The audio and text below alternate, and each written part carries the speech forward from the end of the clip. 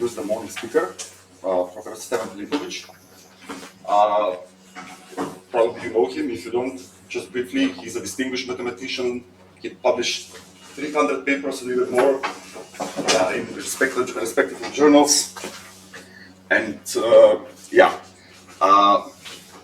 he will talk about the time frequency representations of matrix type operators and pseudos for function spaces.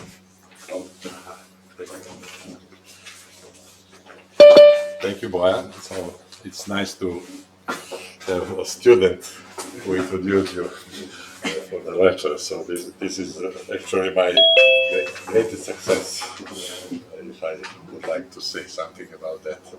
So Brian and me discussed what we will talk here. Then he wanted to talk, as you saw, very nice lecture he gave about the mother calculus, and he will continue with this. And then I have moved to another very simple field.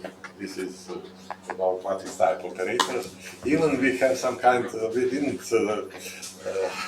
understand well each other, so I put a part which he will talk, so I will skip this one about ellipticity and performance, because he told already yesterday that he will talk about that in last 15 minutes of his today talk.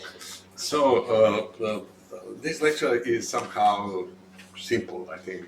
I don't know how people do this, but for everybody it should be simple, because everybody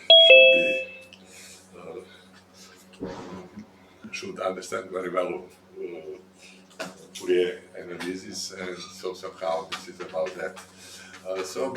What I would like to talk is about matrix type operators. Let me just say something.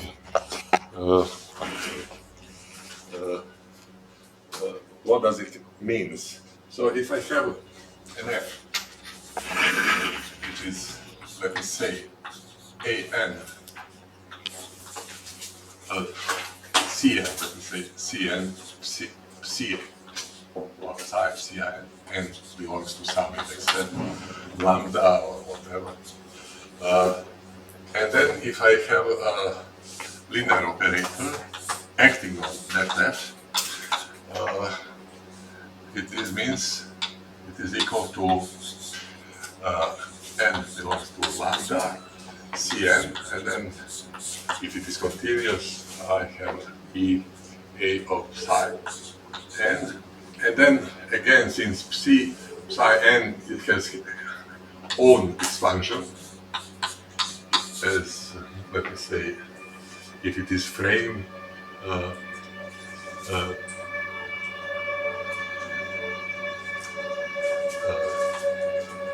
let me write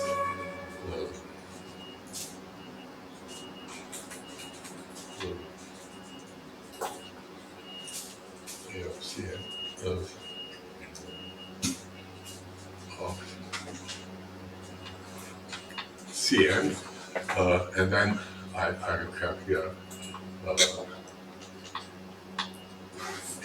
of, so if I have this expansion, I will write this as a n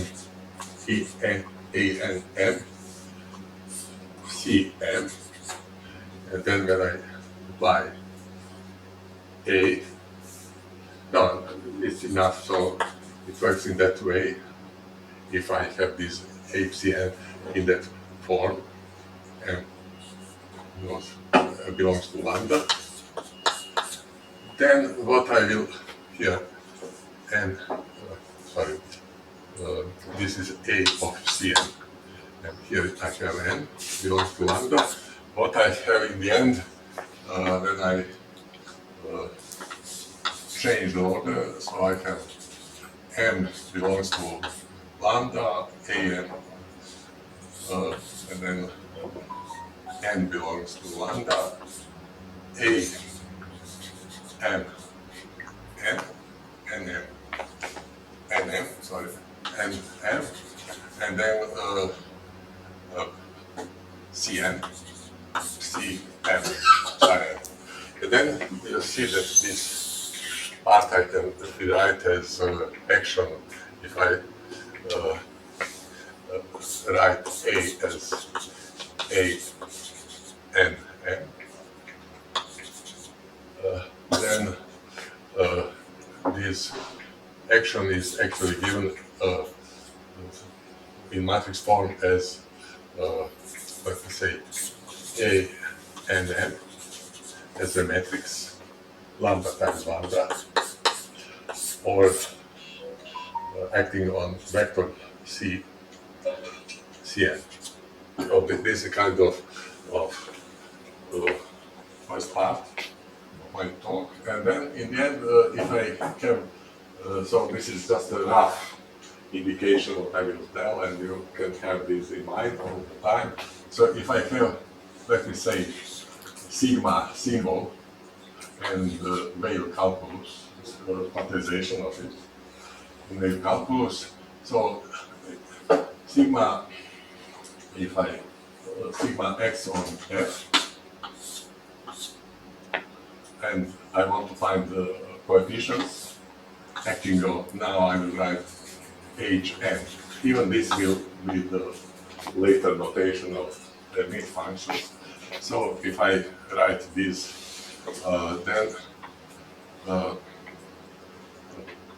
let me write this in that way. So this is equal to, again, to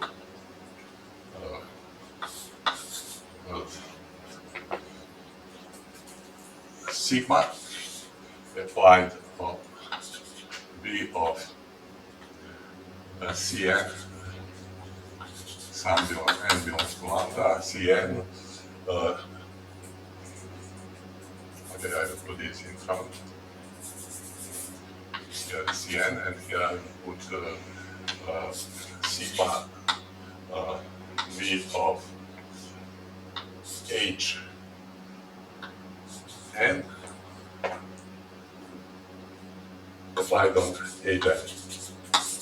And then again, so if I will say this a little later, so if I write this as n lambda, and here I rewrite this in the form sigma of symbol sigma x psi applied to Wigner transform of Hn and Hn, then what I have here, I have actually, this is equal to, now I again forgot this part. No, here it is.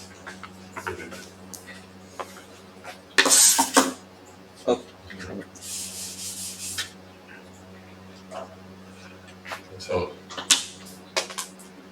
this is equal to n lambda, and then I have here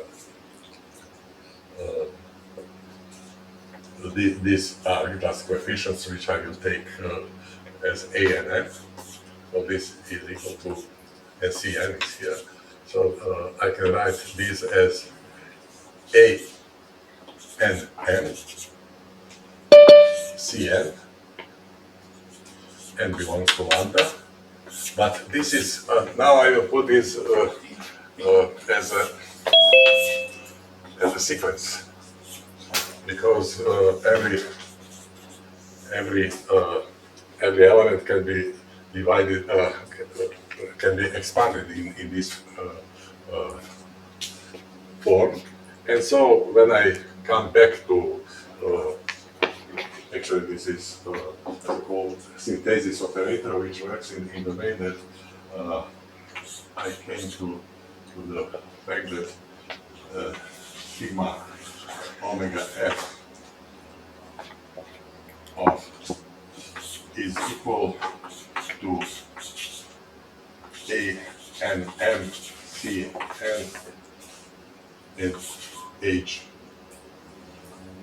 H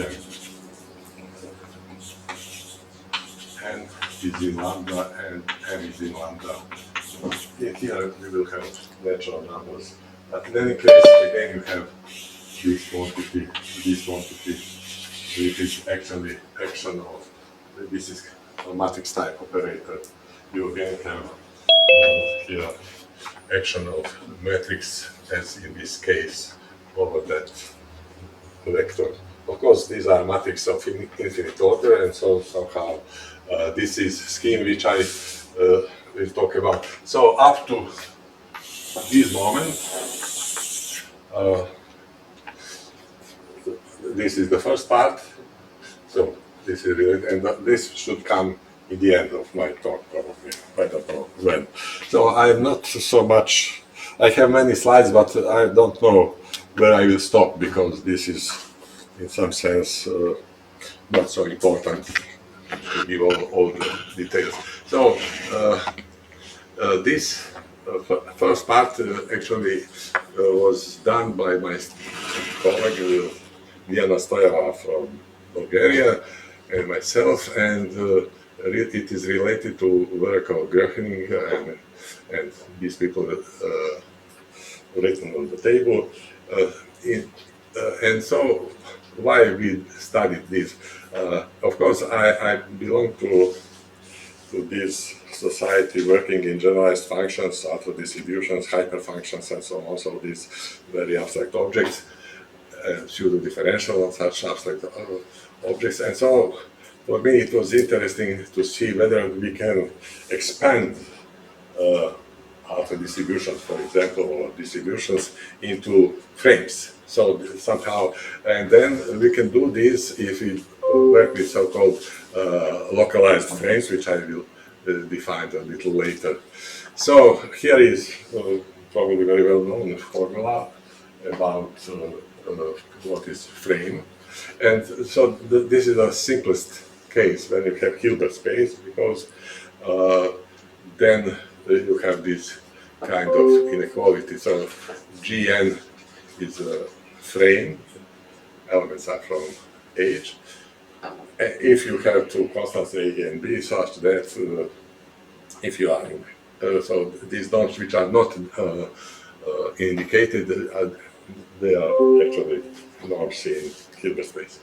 So you can here have Riesz basis, and even you have definition of what is the Riesz basis, or you can do this in the same way as it is given in that inequality frame. Riesz basis is an example of a frame. So somehow theory goes from orthonormal system, Riesz basis, and then you go to frames. Frames are somehow important. People from time frequency analysis say, okay, you have more information than you need. For example, how you can make a frame. Take a basis and then just multiply it by some constant, or repeat or any of them, let me say, finitely many times, and then you will get frame. So you just disturb a classical basis and you will get, but there are many, many frames, and I will talk about it later about Gabor frames. So for the beginning, this is just the definition. You know, if A is equal to B, this is so-called tight frame.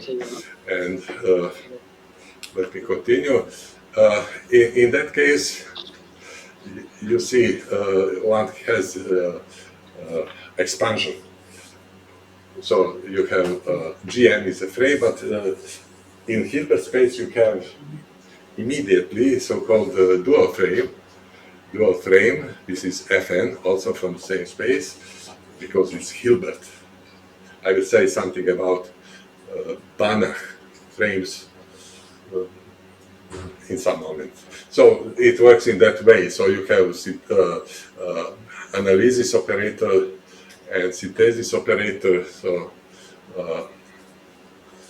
when UG is analysis operator and TG is synthesis operator, and if you combine them, you have this frame operator, which is given here, and this is actually bijection.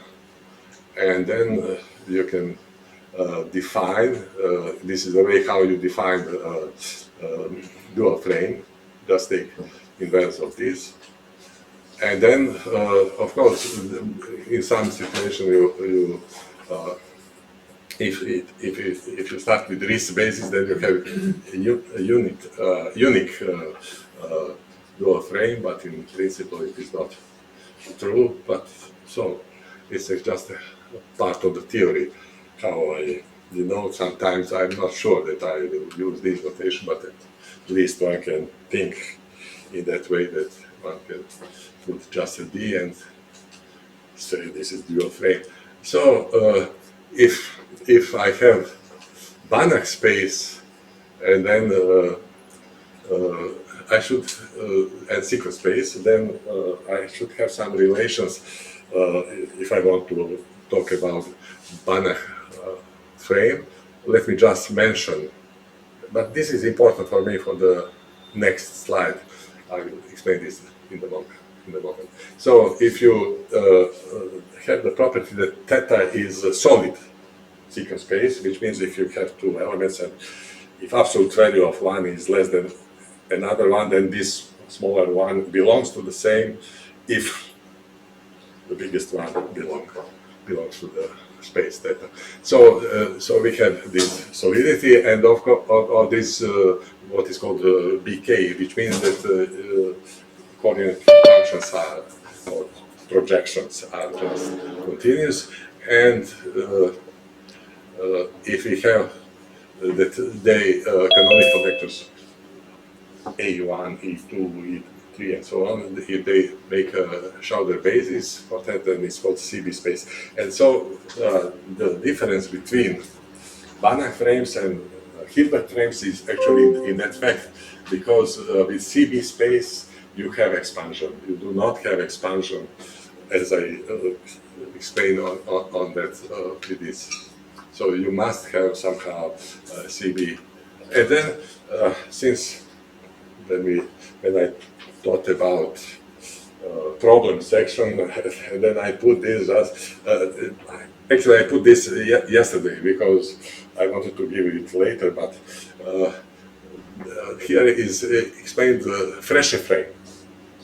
Fresche frame, so you have a sequence of Banach spaces decreasing one, which means increasing sequence of norms on them. Intersection is dense in any of them, the same thing for theta k, and then you see this.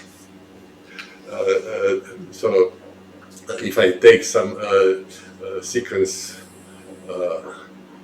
phi n, so now one must work with duals.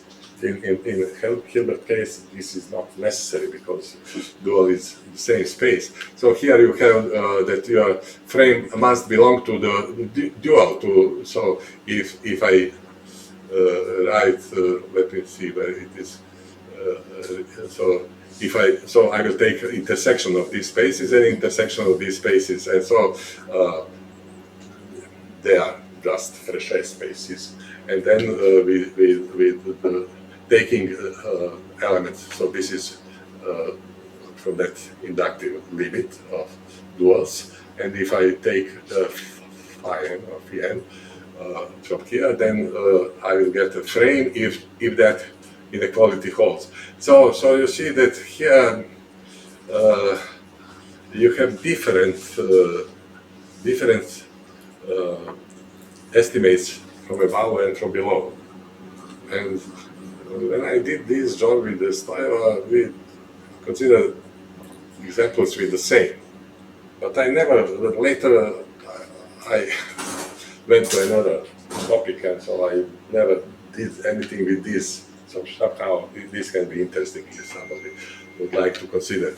But for us, Fresche frames very important because we, as I told, we wanted and we did some kind of developing of outer distributions and distributions into frames. So let me come back. So what does it mean, localization?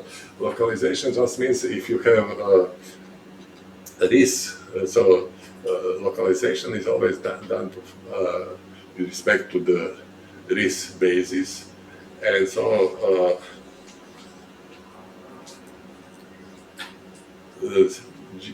Gn and its dual are well localized if you have this kind of inequality. But this theory belongs to one of leaders of the whole theory, Gröpening, and his colleagues. And also he considered, actually, this is a tricky part. So this is exponential localization. You see here is to the power of 1. And then, but what all of them did, they did only for beta less than 1. For me, it was important, and the whole, what I was doing here is actually I am trying to go to the case when this index here is power is 1, not beta.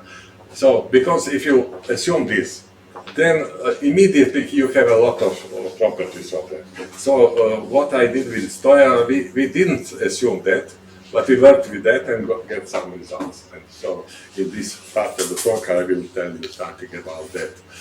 So here are just folklore on the theory. So what we call moderate weights. So moderate in our notation means that you have this kind of growth, polynomial growth. Sub-exponential or exponential growth, this function is e to the power gamma, t to the power beta. And so beta is, I think, always less or equal to 1, and then this will be clear. If I put beta, this means this is less than 1. Okay, so this is also folklore concerning sequence spaces. Actually, these are Hilbert spaces. Some I will admit they are also CB spaces. This is clear. So there is a lot of, let me say, simple things. Probably I don't know whether I should put all of them, but I did it just because maybe some of you didn't read so much this theory. So about sequence spaces, we can work with different norms, and this is just indicated on that slide. So you can use P norm, or you can use supremum norm or that quantity. So if Mk is somehow this or this, and if I am in concrete situation, then mu k is n to the power k, or here e to the power k and to the power beta. So somehow these are very well known theory of Kette spaces, if you like, very well done, let me say 70, no, maybe not 70 years ago, but somehow similar, maybe 60. Okay. So here is familiar, first definition is probably familiar to all of you. This is just test space, Schwarz space, because we will work with it. And then here, so I should not repeat this definition, it's clear what it is. And then the dual is very well known space of temporal distributions. This one is maybe not so much known. I will talk later about, this is a kind of Gelfand-Schirov space, but projective limit which he didn't define. Actually, he considered only inductive limits. I was enough old that I was probably one of those who started with projective limits. Of course, this is nothing. This is almost trivial. Just considering projective limits of spaces with that kind of norm. I think that Gelfand didn't think about it. Nothing more. Not important for him. Because he consider union, which I will tell you later. But what is interesting, so alpha should be greater than 1/2. And again, this is what was interesting for me.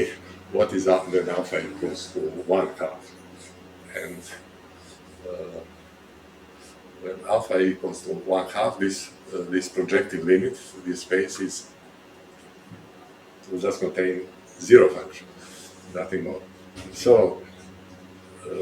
I call them actually space of Bjorling tempered alpha distributions for the first time. So this is what I already told. But here somehow did I put definition? Probably I will put later definition how I define this space sigma 1/2 with tilde above. But who did this later after me? This was Toft who introduced. Also, very nice family of spaces with alpha less than 1/2. This is very, let me say, new topic which Toft did, and so let me continue. This is very well known theory of sequence spaces because every element of Schwarz space S and S prime, and every element of this sigma alpha can be expanded into series and Hermite functions. So these are really Hermite functions, which makes orthonormal basis of M2 somehow. And so you see just relations between S, is both S, and the space S, and it's dual. So you see how it takes F if you find because it is in. So what is a good property?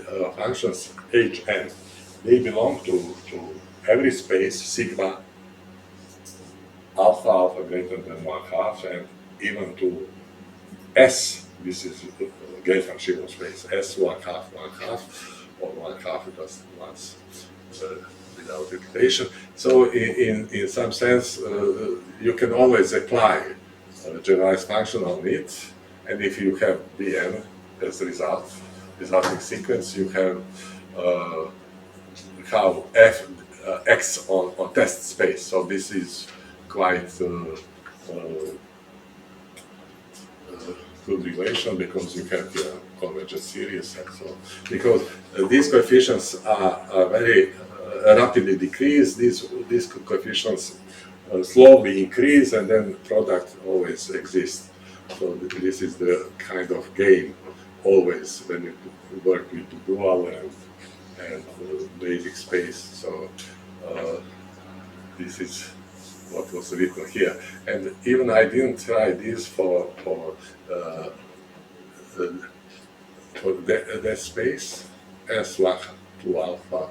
So maybe I should say something more about that, why we have here 2 alpha, why we do not have just alpha.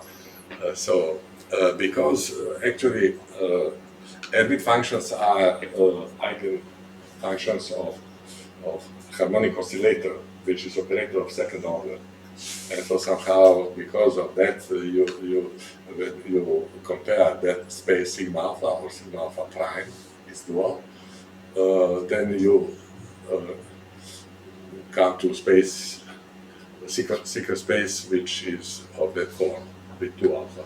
And I will talk much more about that today. So I will repeat these facts, very well known facts. I hope you already knew that, but this is a concept which I just follow to be more simple, to be simpler as much as I should. So you have for secret spaces again what I already wrote. Now this is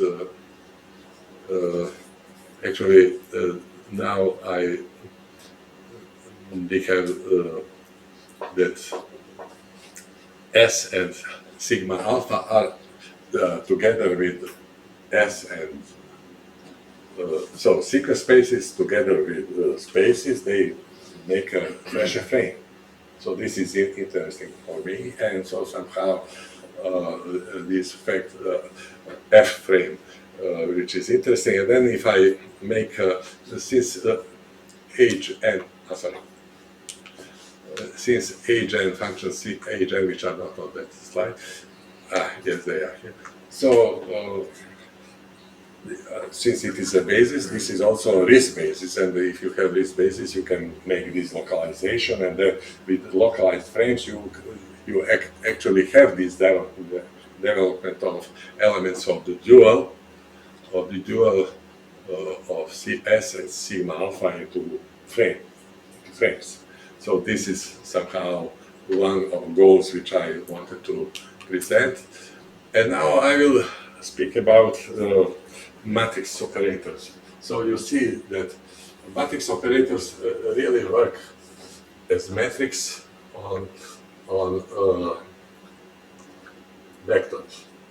So, and if I if I just write matrix, and if it is diagonal, it's infinite matrix, then what is written here?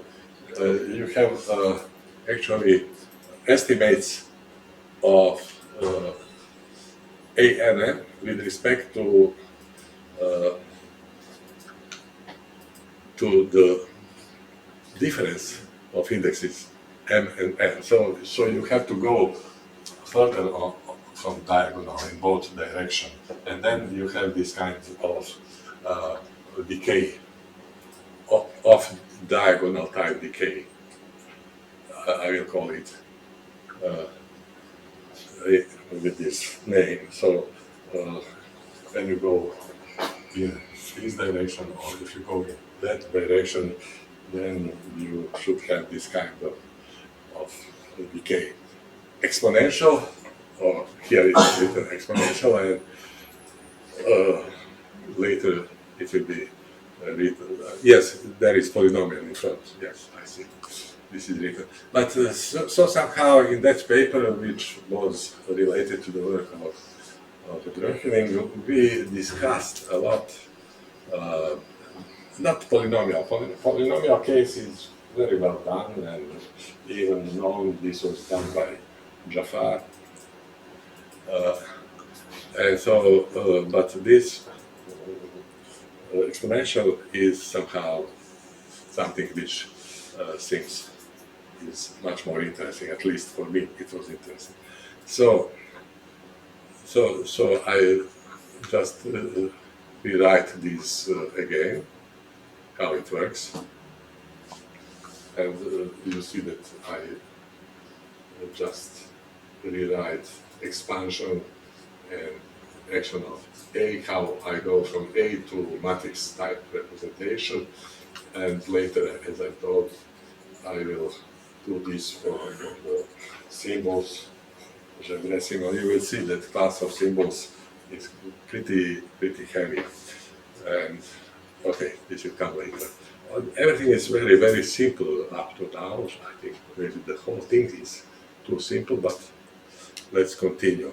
So, but in order to show that these things, so Gröchening considered this kind of estimate, this one, sorry. But you can see that even if you consider these three versions of, let me say, of conditions over N and M, of matrix elements, you see that you can write these in different ways, and no one of them is, you see that one implies two, two implies three, and opposite are not whole. So somehow, and then we make a game with this in the next slides. So you see here that when in the upper part, if you have this estimate when n is greater than n, but below you have that one, then so if it calls for some n0 gamma 1 and c0 c1, then A is continuous operator from that space. So this is secret space. I wrote them when this is gamma. I wrote that this is one space, but already earlier I already told that this is actually Hilbert space with the Hilbert secret space, and we know everything about such secret spaces. So somehow, and the next slide is so you see that this is just discussion about these indexes and corresponding mappings, and even more if I have that this holds for every constant gamma, there exists C gamma, such that this kind of inequality holds again in upper diagonal and lower upper part and lower part, then one has that this is just continuous mapping from S to S. And then the same thing, this is again one of versions of the same theory. So if you have these kind of conditions, which is written, and you have this estimate now with negative indexes, exponent, you have S gamma 1 into S gamma 1. So this is, you remember, if you lost some kind of relations, you cannot go from one S gamma to the same, you must go from a smaller one to the bigger one. But with this condition, one should not have such a situation. And in the case of that estimate, everything holds. This is just the special case of the previous one, and this is actually the result of reckoning and later Lane. There are many people of that school working in that field. The same things were done with exponential, sub-exponential growth. So again, one should assume different conditions for the upper matrix part and the lower matrix part, and get kind of continuities, the results for such operators. So again, you have already I wrote this, but since this is a separate slide and many people, some of you forgot, so this kind of norm is that yes, this is better. I didn't see it from here. This is better. So, so if you have this kind of inequality on A and M, then you have these estimates. You go from that smaller space to the bigger one, and this mapping is continuous. And then again, small remark, you can notice that this inequality also it's not the same if you make some kind of estimates with this and with this. It's not a big deal, but somehow just a small remark. And then we have with the assumption of that corollary, if there exists constant C0, gamma 0, gamma, and there exists C gamma such that this kind of inequality holds, then one has this mapping from that space to another, the same space. So this is for Frechet space determined in that way. Of course, this is FS space, and there are many topological properties which I will not mention. much more. So one more slide related to estimates upper and down of diagonal, and then with this one can go, but it just depends on what you assume about on these parameters beta, C0, C1, epsilon is of course positive. This is written that all of them are positive. So then one has this kind of estimates which are already known. So of course, if you now I go to the case of sub-exponential growth, and there is as I already told, so in the paper of Pilipovic they put here 1, and then of course everything for beta, whereas for beta less than 1, then everything holds. This is just a question of that minus in front. So somehow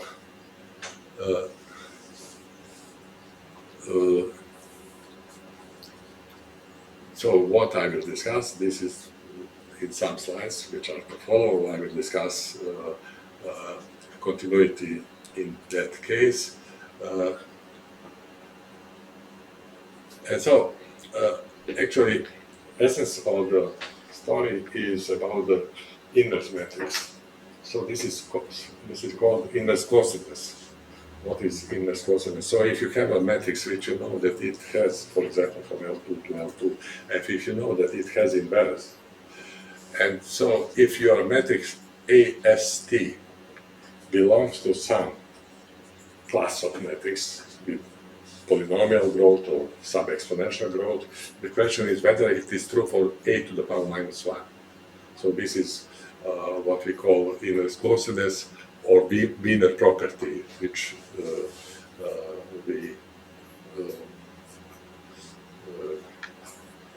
which is also known in the literature, that name for the inverse closeness. So here I gave this general definition of lattice points just for the curiosity. So you take non-singular matrix, and then whatever you get, this is a set of lattice points. So this is a discrete set of points in R to the power D. You start with, and people usually take instead of G or C, they take multiples of coordinates of set to the power D. This is a set of positive and negative numbers, n and minus n.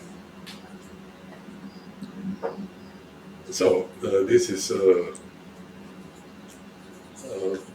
what you can see, and what I already told you, and this is just a notation. I will use this kind of norm for the space, nothing more, because I copied that from the paper, and somehow different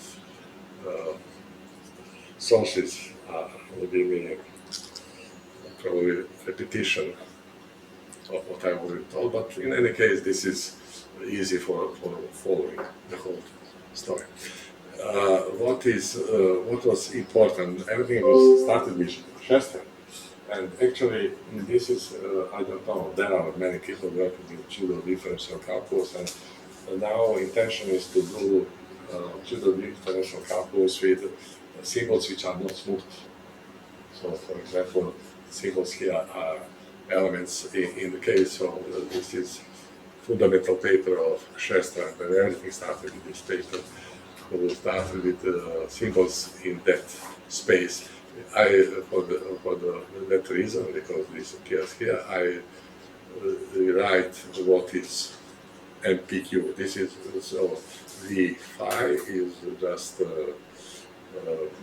short time Fourier transform defined as it is here, and this is modulation space introduced by Heidegger.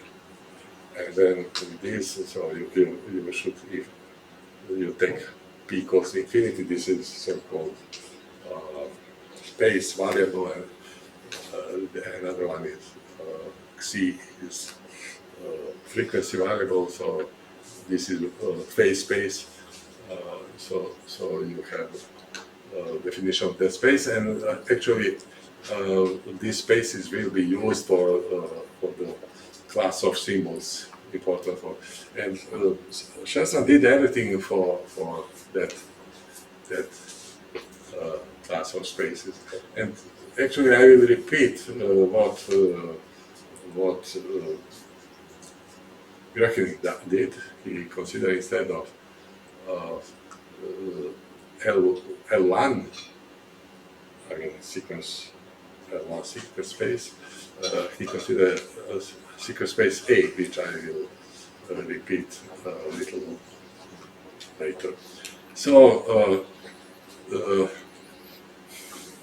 this is what I already told, but here repeated. So what is important is that, so if you have such kind of inequality, omega is this one or this one, or exponential, polynomial or exponential, then you have this kind. If you have this kind of inequality, whether it is true or a to the power minus one,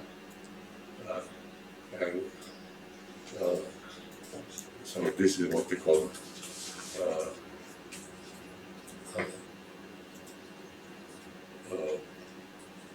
spectral invariance, and also called Wilmer type property. So now I will talk about that, but there are several papers of people doing time frequency analysis from also with Gröcking and Cordero. They do things often together, but also and Nicola and collaborators from Torino. They did this kind of calculus for Gabor frames, which I will tell you later, and also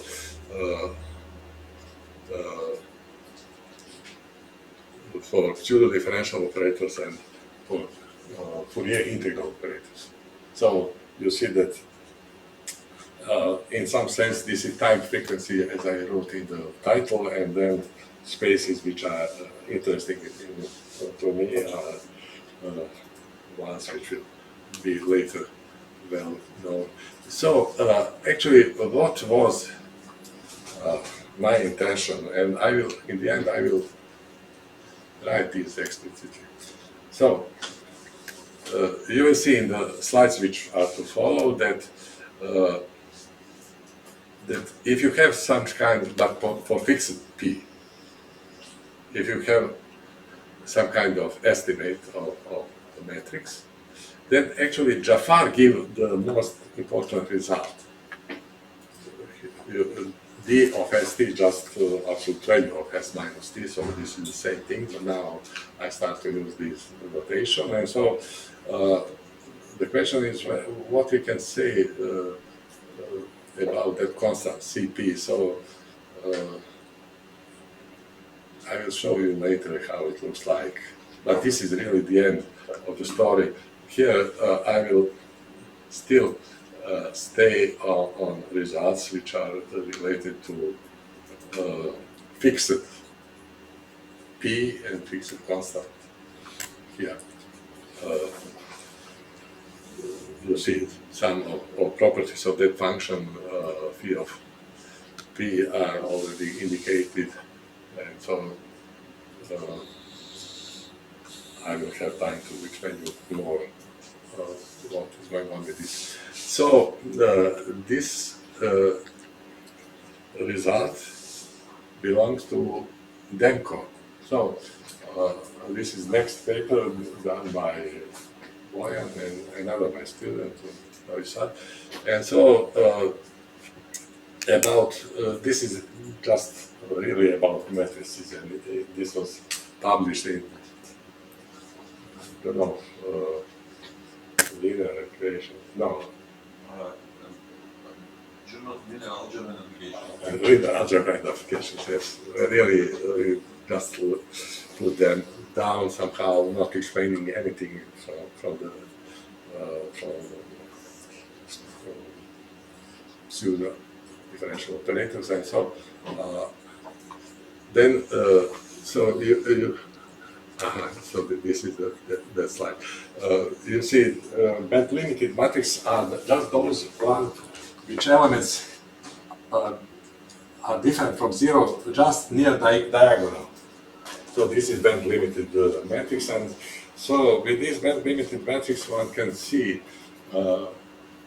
what can expect, what one can expect with the problem which I already in some sense posed. And so Demko gave this kind of estimate. So you see that the spectra of that operator A star, or this self-joint operator A star, should be in that interval AB, and K is B over A.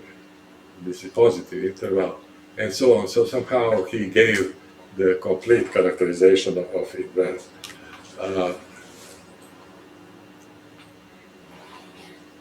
But Jafar gave, this is what I already, and several times I will repeat that, gave the better result. Because here you have a band limited matrix. And Jafar says, no, I do not have a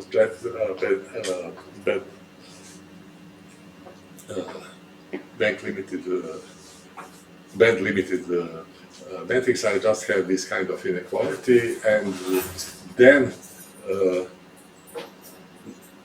I can construct inverse of it, and this is written in the theorem. But what is the problem? He starts with some gamma above. You see, in inequality you have gamma, but below what you can show is what Jafar showed, that this a to the power minus 1 belongs to a gamma 1, where gamma 1 is very near to 0 actually. So for me, this is essentially what should be interesting. If I increase gamma, can I increase gamma 1? This will come later, but this is result of Jafar, and in the next slide, maybe I just put this one. We construct a matrix of that form, you see, and find inverse of that A. And I will come back to this, which means that you can construct a matrix. Actually, this example, which I show, also belongs to Demko, but he considered this in a completely different way with a star matrix and problems. Actually, for this matrix, he didn't get any results because this is out of his theory. And this inequality which I gave for his result. In any case, you see that you have this matrix A has all kinds of growth.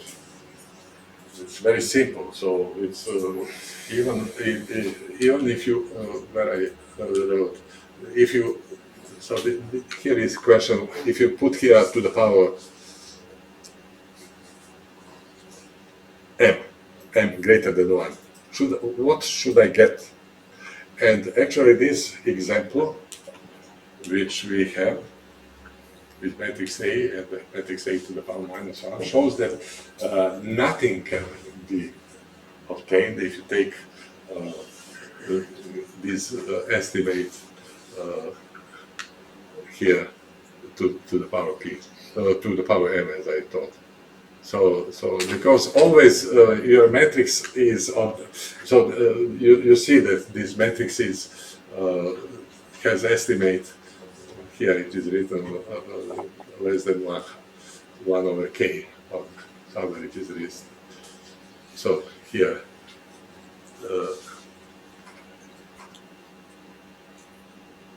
so since this is less than 1, first, and then we made this, and we get PST, this is the elements of the inverse matrix, and you see that they are of that form, and so somehow norm is always less than 1 over k in exponent, which shows that actually somehow this is disappointing result that always a to the power minus r has this kind of estimate of norm. What was shown, the best result of Brockman and his group later, this is a paper of both of them, so but you see what they put in condition. So this is actually beta to the power x beta is less than 1. I mean, of course, not only that, they just multiply this function ux with any polynomial, and they get results which I wrote here, but I will write this more explicitly on the next slide. So if you have the behavior of matrix, how inverse matrix behaves. And so this is written on that slide. There are some, so with this assumption, but you see, so now you can see that they can change k, or every k there is this ck, which is not controlled but just exists, and then they get results for the inverse at the same time. But so this is the best result in the sense that they cannot do anything with if instead of rho of s minus t, one has just s minus t. So this was my obsession, how to do something. So as I noticed here, this is just what was known. And so let me go further. I will now discuss this Jafar result with, this is still from that paper of linear algebra. Actually, what we did in the end of the paper, we consider rho C is C. This is just that you have, this is just S minus T. This quantity will appear on the next slide. I just introduced it. So this quantity, you can see that when epsilon tends to 0, it tends to infinity, because when epsilon is 0, this is just sum of ones. And so somehow this will appear on the next slide, and so on the next slide I have this kind of estimate. So this is our result. Actually, what was given here? We did some kind of inspection. This is interesting. Proof of Jafar is done by elementary methods, and then somehow it's not easy proof at all, but with elementary methods, and so we wanted to improve constants which appear in his result, and this is the maybe best result of that kind, so with constants. So if you have this kind of estimate, then we have this estimate for AST to the power minus 1 with gamma 1, but we now know what is gamma 1, and we know what is this constant CA gamma 1, and so they are given here. But you see, this part goes to infinity. But these also go to 0, somehow. Uh, so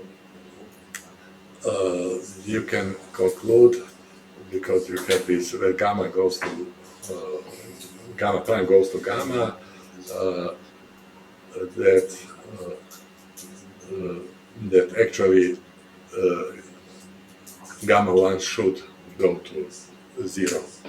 And we do not have, still we were not able to explain how we can change gamma 1 and what should be constant Ca gamma 1 in order to have, when you extend here, sorry, if I extend gamma and gamma, when gamma tends to infinity and C gamma tends to infinity in some sense, whether I can get that this constant gamma 1 tends to infinity and that constant, of course, should tend to infinity. So this was a problem which somehow has the end in that result of that paper, just a very precise estimate which we got for that matrix. And so this is explained here that that gamma 1 can be close, arbitrarily close to, so that actually we didn't get result which I forced my students, and in the end I did it by myself. So now it's time for stopping, and so this is the last, actually this is the last slide. As you see, this is the second lecture, next one. Okay, thank you. Thank you.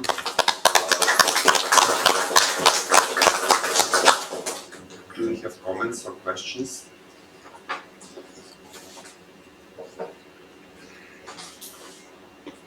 Yes, please. Oh yeah, I have a question. I mean, well, I'm guessing you're familiar with the Bolshansky tuning classes, right, Professor? I'm guessing you're familiar with the Bolshansky tuning classes in compact groups. I know some of course, I know a lot of this. Okay, I have a question. It's about the spectral invariance of the SCO algebra in that case, compact groups. Well, I was discussing with Boya yesterday something related, but in the case of Rn, you know, and in the Cormander metric, because apparently there is a quite general way to prove the spectral invariance of these classes that satisfy Cormander conditions. But anyway, a different method, right, to prove the spectral invariance is to show how these classes of symbols give rise to operators with that after assigning a suitable basis, right, they're associated infinite matrices, satisfy some off-diagonal conditions, and then you have the spectral invariance. But in the case, yeah, I was wondering if maybe you have considered the case of compact groups, because it was as far as I mean, I didn't consider what I say this, but so compact groups, I'm not so, since I didn't include that, but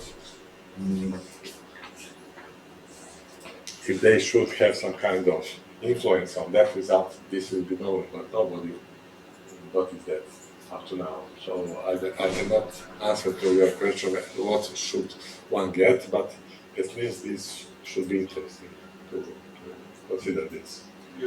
There is a case, at least there is trivial, and it's the toroidal case, right? Or the periodic case, because usually the basis of exponential function you get matrices with off-diagonal decay, good enough to have inverse closeness. No, but this is somehow solved problems. So it depends on what kind of space you consider. This is very much related, of course. If you consider polynomial case, this is always very well done. So only what was left, this is exponential. Super exponential does not work at all. But what about exponential? So I am very strict on that question. So somehow, of course, we have periodic algebra distribution or you can do this in the abstract way as we told, but it cannot be so much helpful if you want to get the result of that time. So you have to go with adequate assumption of exponential growth and then try to do that. So maybe this should be at least interesting to look all these questions of potential spaces. What kind of spaces you will construct? Because I know these results when he worked with the manifolds and spectral theory and for alpha distributions. Actually, we know these papers very well. But there are different questions which we consider. So, but I guess in that case, the first problem would be like, what's a nice frame you can take? Because obviously the basis that you get from the representation theory is not that good for your infinite presentation. this is I will tell later, because this was for gamma frames. The best result is that one can find a frame in S half. And so this is the best frame that you can have. And then with this function, this is just a Gaussian function, and then you make a frame with this translation and formulation. And then even dual frame has some properties. I will derive them later. So really, this is very much related to frame. Okay, and another question is, I'm kind of surprised you're still talking about Jafar's theorems, because that's from the 90s, right? I'm guessing now there are episodes dropping it, or but why are you mentioning still Jafar? They did this. I don't remember when Jafar did this, but this is the best result. So definitely, all these people, they use this even for creating operators and other things. They use the same technique in 2017 or 2018. So it's not so somehow this was all the result of Jafar, as you told. This is true, but for me, why I am considering this, because this special condition, exponential growth, was not considered by anyone. So this is somehow my interest, and you will see that this becomes more interesting when I go to pseudo differential operators with some special symbols and so on. Any other questions or comments? And I think we can thank the speaker again, and what a great night. Yes, if you want to ask him after I'm sure he will be glad to answer your question, given a coffee break.